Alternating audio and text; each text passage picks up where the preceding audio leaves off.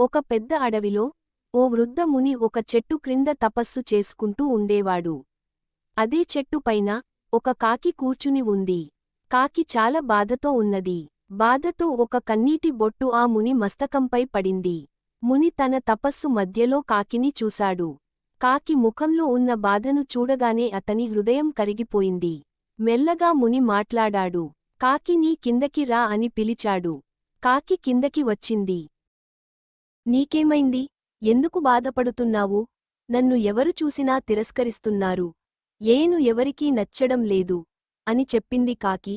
ఈ విశ్వంలో అందరూ బాధ పడుతున్నారు. ఎవరూ సంతోషంగా లేరు. నీకు కావాలంటే నీతోటి పక్షుల్ని కలసిరా అని చెప్పాడు ముని.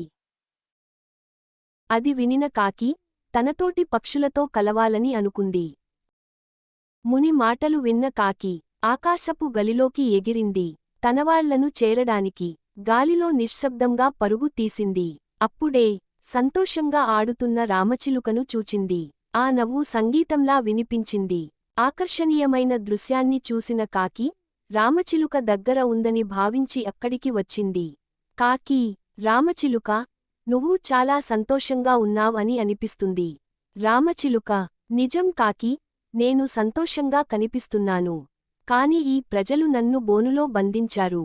నిజంగా చూస్తే నువ్వే సంతోషంగా ఉన్నావు, ఎందుకంటే నువ్వు స్వేచ్ఛగా తిరుగుతున్నావు. కాకి గాలిలోకి ఎగిరింది. గాలిలో తిరుగుతూ స్వేచ్ఛను ఆస్వాదించసాగింది. ఆ ప్రయాణంలోనే కాకికి ఎదురుగా ఒక నెమలి కనబడింది. రంగుల పువ్వులా మెరిసిపోతూ, గర్వంతో నడుస్తూ ఎండీ నెమలి. కాకి నెమలి దగ్గరకు వెళ్ళింది. నెమలి, నువ్వు ఇంత అందంగా ఎలా ఉన్నావు? ప్రతి ఒక్కరూ నిన్నే చూసి ఆశ్చర్యపోతున్నారు.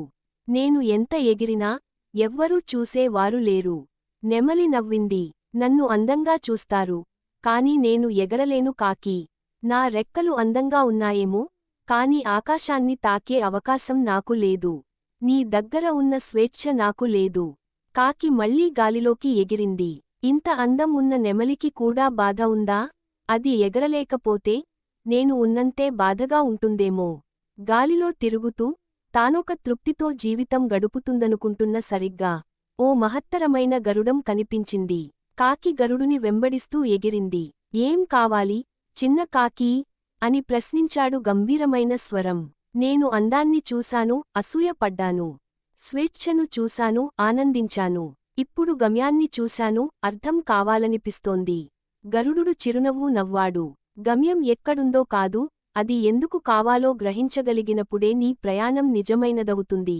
గరుడుని దీవెనలతో కాకి మళ్లీ గాలిలో ఎగిరింది. కాకి మళ్లీ ముని దగ్గరకు వచ్చింది. ముని ఎదురుగా కూర్చొంది. ముని చిరునవ్వుతో అడిగాడు.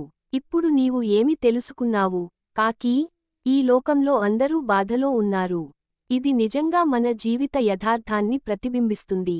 ప్రతి ఒక్కరి ముఖంపై చిరునవ్వు ఉన్నా లోపల వాళ్ళు ఎక్కడో బాధను మోస్తూనే ఉంటారు.